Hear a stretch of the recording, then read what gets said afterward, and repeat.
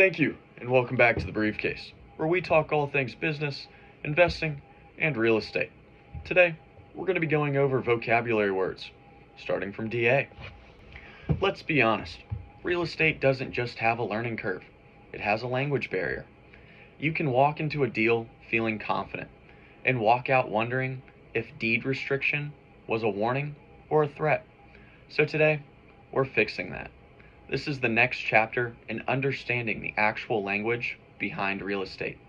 These are 20 essential terms, all in alphabetical order, starting from D and moving into E. No fluff, no textbook energy, just clean, practical explanations you'll actually remember. Let's get into it.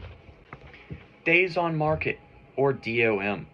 This is exactly what it sounds like, but the implications are everything. Days on market tracks how long a property has been listed. Low DOM, high demand. High DOM, either overpriced or something's off.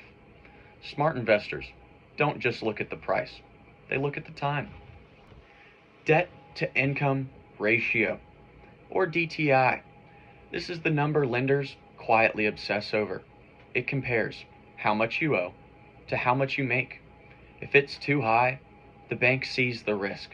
If it's low and healthy, suddenly you're very attractive. Think of DTI as your financial reputation, summed up in one number. Deed. This is the legal document that proves ownership. No deed, no ownership. It's as simple as that. But not all deeds are equal, and that's where things get interesting. Deed restriction. Deed restriction tells you what you can't do with your property, whether it's no short-term rentals, no commercial use, and sometimes no bright pink houses. Doesn't make much sense, does it? But it's ownership with conditions. Default. Default is what happens when someone stops meeting their loan obligations, miss enough payments, and things escalate quickly. Default isn't just a financial problem, it's a timeline towards losing the property. Delinquency. Think of this as the warning stage before default. You're late, but you're not gone yet.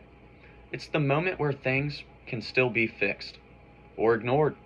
And in real estate, ignoring problems tend to get expensive.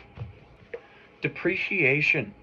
In real estate, this word does double duty. Physically, properties can wear down. Financially, depreciation is actually a tax advantage. And yes, sometimes losing value can save you money. Welcome to Real Estate Logic. Dual agency. This is where one agent represents both the buyer and the seller. Efficient? Maybe. Conflict of interest? Also maybe. It's legal in many places, but heavily regulated for a reason.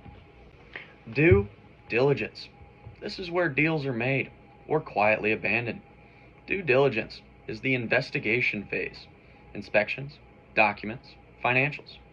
It's your chance to verify everything before it becomes your problem.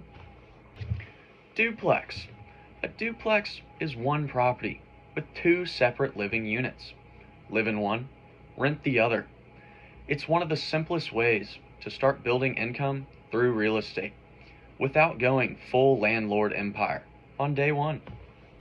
Earnest money deposit, or EMD. This is your I'm serious payment. You put down earnest money to show the seller you're committed. If the deal goes through, it counts towards your purchase. If you back out without cause, you might lose it.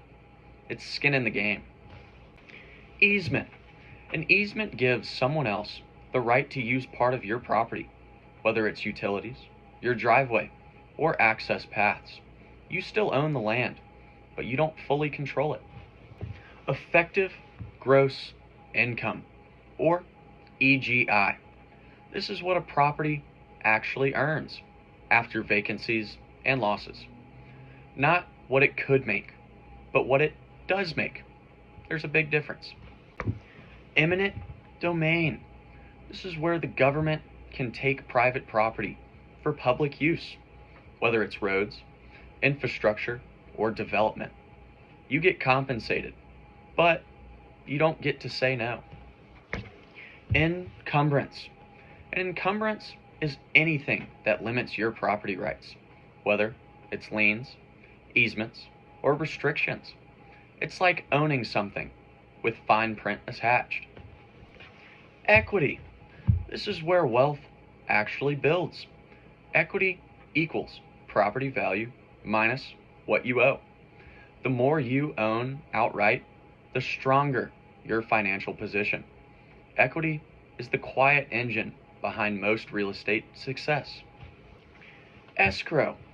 Escrow is the neutral middleman in a transaction. They hold funds, documents, and instructions until everything checks out.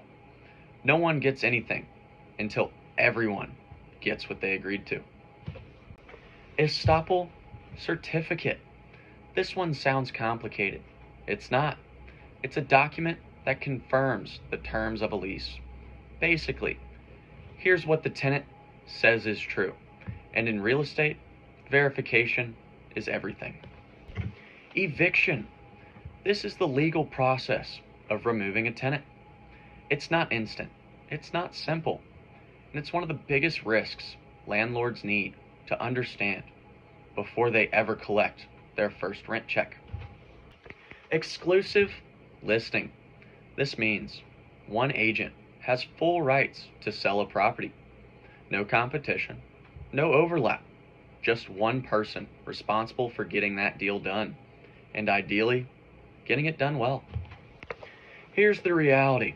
Most people don't fail in real estate because they lack opportunity. They fail because they don't understand the language. And when you don't understand the language, you hesitate, you second guess, or even worse, you sign something you don't fully understand. So if you made it this far, you're already ahead, and we're just now getting started. And thank you for sticking with the briefcase today. If you found any of these vocabulary words insightful or confusing, make sure to comment down below. And if you liked this video, make sure to like it and subscribe. Now remember, stay smart.